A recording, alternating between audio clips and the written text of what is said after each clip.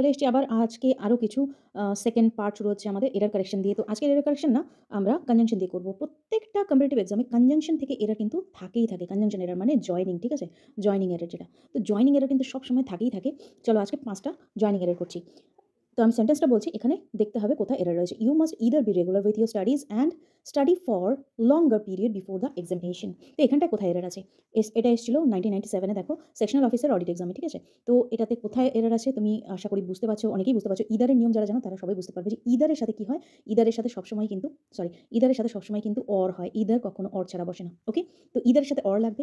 Second কথা হলো either সবসময় কি হয়, প্যারালালি, গ্রামাটিক্যালি প্যারালালি বসবে। মানে দুটো কাজ প্যারালালি হবে সেখানটায় ইদার বসবে।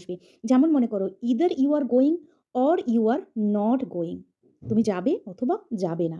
ঠিক আছে? তো দুটো গ্রামার বা দুটো ফ্রেজ, দুটো ক্লজ বলতে পারো পাশাপাশি ইদার অর এর সাথে বসবে। তো B regular with your studies, study for longer period, দুটো কাজ আছে। হ্যাঁ? Either be regular with your studies or study for longer period. তাহলে এখানটা দুটো কাজ বোঝাচ্ছে। দুটো কাজকে দিয়ে আমরা যখন বোঝাবো তাহলে একটার সাথে ইদার বসবে, আরেকটার সাথে অর বসবে। তাহলে either must always be paired with or. The to actions must be balanced and parallel. দুটো অ্যাকশনই ব্যালেন্স থাকতে হবে আর প্যারালাল হতে হবে। আচ্ছা, এইবার কি করে সেটা ইদারের ফর্মুলাটাকে দেখো। ইদারের পাশে ফার্স্টে ইদার বসবে, তারপর অ্যাকশন 1 বসবে। মানে ফার্স্ট কাজটা ইদারকে নিয়ে বসবে। তারপর অর বসবে সেকেন্ড অ্যাকশনটা নিয়ে বা সেকেন্ড ক্লজটা নিয়ে। তাহলে দুটো আলাদা, আলাদা যখন হবে তখন সেটা ইদার অর হবে। তাহলে কারেক্ট সেন্টেন্সটা কি হচ্ছে? You must either be regular with your studies or study for a longer period before the examination. ঠিক আছে? হয় তোমাকে রেগুলারলি স্টাডি করে যেতে হবে অথবা এক্সামিনেশনের আগে তোমাকে খুব বেশি করে পড়তে হবে বা লঙ্গার পিরিয়ড ধরে পড়তে হবে। চলো বোঝা গেল? যদি কোনো কনফিউশন থাকে আমাকে কমেন্ট সেকশনে জানাবে। সেকেন্ডটায় চলে আসি। No sooner I had spoken than he left.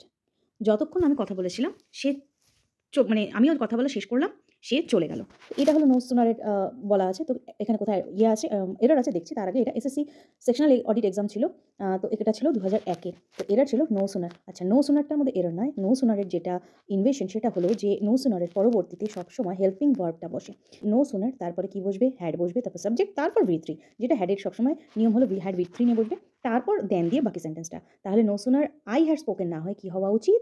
এটা হওয়া উচিত no sooner had I spoken. তাহলে মনে রাখবে নো সুনারের পরে সবসময় হেল্পিং ভার্বটা বসে, ইনভার্সন ফর্মটা বসে।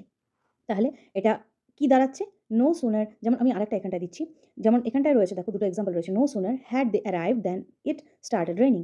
যখনই তারা পৌঁছেছিল তখনই বৃষ্টি হওয়া শুরু হয়েছিল। No sooner did I open the door than the dog ran out. যতক্ষণ না আমি দরজা খুলিনি ততক্ষণ কুকুরটা ছিল। যখনই আমি দরজাটা খুললাম কুকুরটা দৌড়ে পালালো।